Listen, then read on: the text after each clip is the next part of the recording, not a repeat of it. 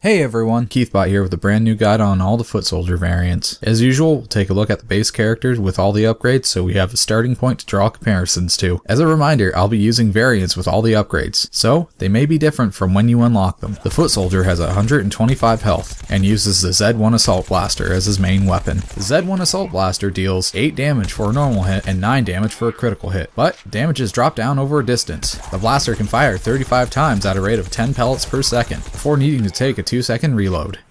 The first variant is the Super Commando. The Super Commando uses the Z4 crossbow, which fires a 4-pellet burst, then immediately needs to take a half-second reload. The Z4 crossbow deals 20 damage for a normal hit and 22 damage for a critical hit for each pellet. The damages drop down over a distance to 13 for a regular hit and 15 for a critical hit. I haven't seen them drop below those damages though, so this is a pretty powerful weapon if you can keep on target for those critical hits.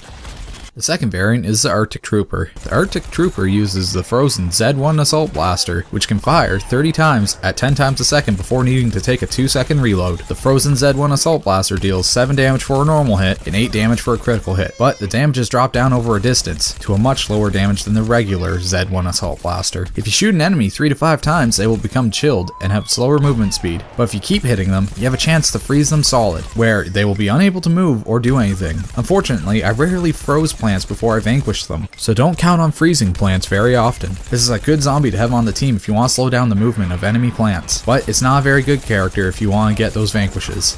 The third variant is the Tank Commander. The Tank Commander uses the Mega Cannon, which can only fire once before needing to take a 2-second reload. The Mega Cannon shoots slow-moving projectiles that deal 70 damage for a direct hit and 20 damage for the explosion, but the direct hit damage will drop down over a distance to 45 damage. At a long range, this zombie's great if the plants aren't moving or are all bunched together like in an objective. The zombie can also deal a lot of damage at close range, but it's difficult to hit them with that direct hit. So if you're not very good at hitting them, then you might as well just shoot the ground and jump up and down to try not to get vanquished. The fourth variant is General Supremo. The General uses his Golden Gatling, which is similar to the All-Stars football cannon, with the exception that you are not slowed down while firing. The Golden Gatling can fire for 5 seconds before needing to take a 3-second cooldown, but you can continue firing if you learn to throttle the trigger to avoid overheating the weapon. The Golden Gatling deals 4 damage for a normal hit and 5 damage for a critical hit, but these drop down quickly over a distance, making this weapon almost useless in long-range engagements. The General is good at suppressing plants and hitting them to prevent them from recovering their health.